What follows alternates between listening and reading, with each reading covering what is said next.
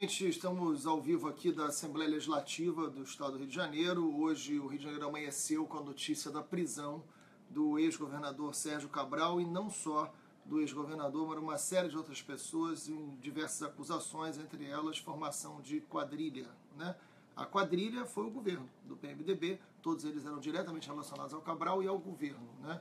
Secretários de obras, secretários de governo, enfim, pessoas que sempre circulavam com muita desenvoltura aqui dentro da Assembleia Legislativa, que sempre foram muito influentes no governo nos últimos anos, desde 2007 para cá, e que não tem jeito, né? Foram responsáveis por essa crise. A crise econômica que hoje está no Rio de Janeiro, a crise econômica que paralisa a Assembleia Legislativa, que transforma as ruas do entorno nessa praça de guerra dos servidores públicos completamente indignados, e com razão para estar indignados, tem uma raiz política.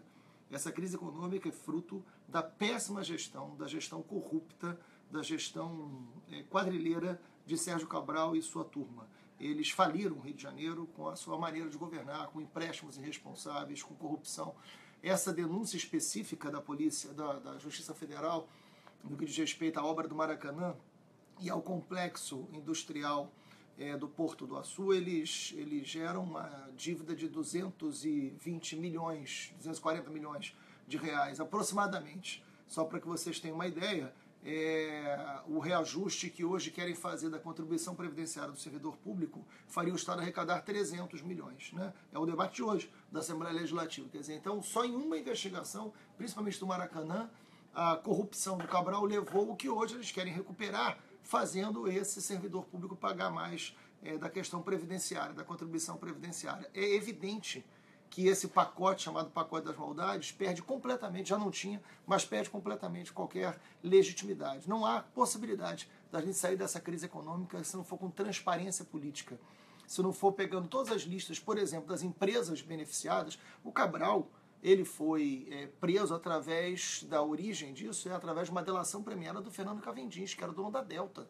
Né? O dono da Delta, que era uma das empresas muito beneficiadas pela política de benefício fiscal do PMDB. A gente denunciou isso e a gente apresentou uma lista em 2011. Não há novidade nessa história. Em 2011 nós apresentamos uma lista aqui de empresas beneficiadas, para lá de suspeitas, empresas que eram devedoras da dívida ativa, que tinham benefício fiscal e que financiavam campanha. Estava na cara que tinha não só improbidade administrativa, mas crime de responsabilidade e corrupção ativa. E é por isso que o Cabral foi preso hoje. Né? É por isso que ele hoje está na cadeia e vai responder por isso. Não foi sozinho para lá. Importante dizer que um dos presos foi o secretário de obras do Cabral, né? O Hudson Aguiar. O Hudson foi coordenador de campanha do Pezão na última eleição. E ele não assume cargos. Ele abre no edifício Península, muito conhecido também, ele abre um consultório, ele abre um escritório de consultorias, o que é sempre muito sintomático, né? Ora, então, precisa ser investigado sim, precisa de transparência para a gente sair dessa crise econômica que tem uma origem de uma crise política grave, grave. A gente vem falando isso há muito tempo e é importante dizer, algumas iniciativas nossas aqui na Assembleia Legislativa, saibam, em 2007, por exemplo, 2007, né, nós entramos com um requerimento para investigação e denúncia de envolvimento de integrantes do poder público do Estado do Rio de Janeiro por crime organizado. Em 2007, nós fizemos isso, primeiro ano do governo Cabral, sobre requerimento de informação sobre projetos de plantas de obras de reurbanização de favelas e saneamento básico executados pelo governo no âmbito do PAC, né, que já tinha denúncia de corrupção em 2007. Nós temos aqui uma lista imensa de requerimentos de informação, de pedido de CPI. Tem pedido de CPI sobre a obra do Maracanã, sobre o complexo do Maracanã, que nós fizemos, que não passou. Tem coisas importantíssimas aqui, denúncias em relação à Delta. Projeto de resolução que cria CPI para investigar todos os contratos do governo do Estado com a empreiteira Delta. Sabe quando que nós apresentamos isso? Em 2012. Em 2012, nós apresentamos um pedido de CPI para investigar isso que hoje, em 2016, leva o Cabral à prisão. Aqui nós não conseguimos aprovar a CPI. Por que a maioria do PMDB, aliás, uma maioria que está aqui até hoje, não aprovou essa investigação? Porque sabiam que se a gente em 2012 investigasse, talvez a gente não tivesse a crise econômica que a gente tem hoje. E é bom dizer que essa crise econômica tem o servidor público sitiando a Assembleia Legislativa, indignado e com razão, mas não atinge só o servidor público. Né? Tem esse pacote da maldade, tem projetos aqui que aumenta a conta de luz. E aí não é só servidor. Né? Aumenta combustível, aumenta a telefonia, aumenta impostos de maneira geral. atinge toda a sociedade do Rio de Janeiro. Né? Atinge a população pobre que não consegue mobilização para estar aqui na porta pressionando, mas acaba com o aluguel social. Acaba com o aluguel social da população mais pobre. Né? Acaba com o restaurante popular. Acaba com renda melhor, que é uma complementação de renda do Bolsa Família, que deixando de ser paga, essas pessoas voltam a viver na linha da pobreza, né? No limite ali da linha da pobreza.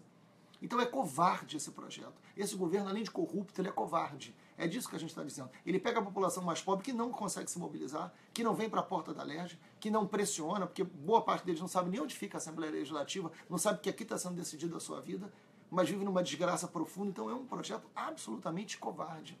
E é um projeto que também atinge o servidor, mas atinge a população como inteiro.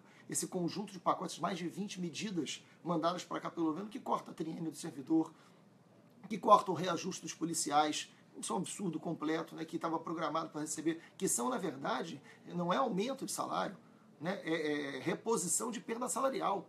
Está cortando isso até 2020 e está aumentando a contribuição previdenciária. Então, a perda de direitos. É natural que esse servidor público, que tem mais acesso a essa informação, que consegue vir aqui na Assembleia Legislativa pressionar, diga nenhum direito a menos. Enfim, eu acho que a prisão do Cabral, ela vem num momento de crise econômica, de crise política, que faz com que o debate na Assembleia Legislativa tenha que ser mais responsável. Não é possível que a gente, com denúncias tão antigas, com evidências tão fortes, e eu, há pouco tempo, na Assembleia Legislativa, na semana passada, eu fiz uma fala dizendo que achava difícil que o Cabral passasse o Natal em casa, e muita gente falou, mas você adivinhou? Não, é o exercício do óbvio.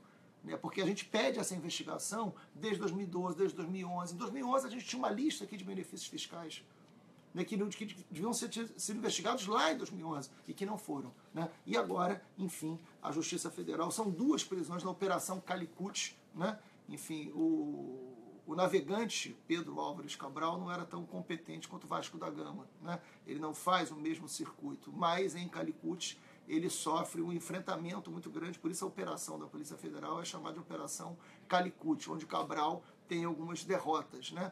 Mas a grande derrota do atual Cabral, que também olhava para a população pobre como um colonizador, né, com a mesma vontade de retirar riquezas, ele vai para a cadeia hoje, vai responder, dificilmente passará o Natal em casa. Ele não é o único. Vale a pena ver quem foi preso com ele e a razão de ter sido preso com ele. Ele montou no Rio de Janeiro nos últimos anos não foi um governo, foi uma quadrilha. E eles respondem por formação de quadrilha. Formação de quadrilha foi a forma de governar do PMDB, que gerou essa imensa crise que atinge a população pobre, que atinge o servidor, que atinge a população como um todo.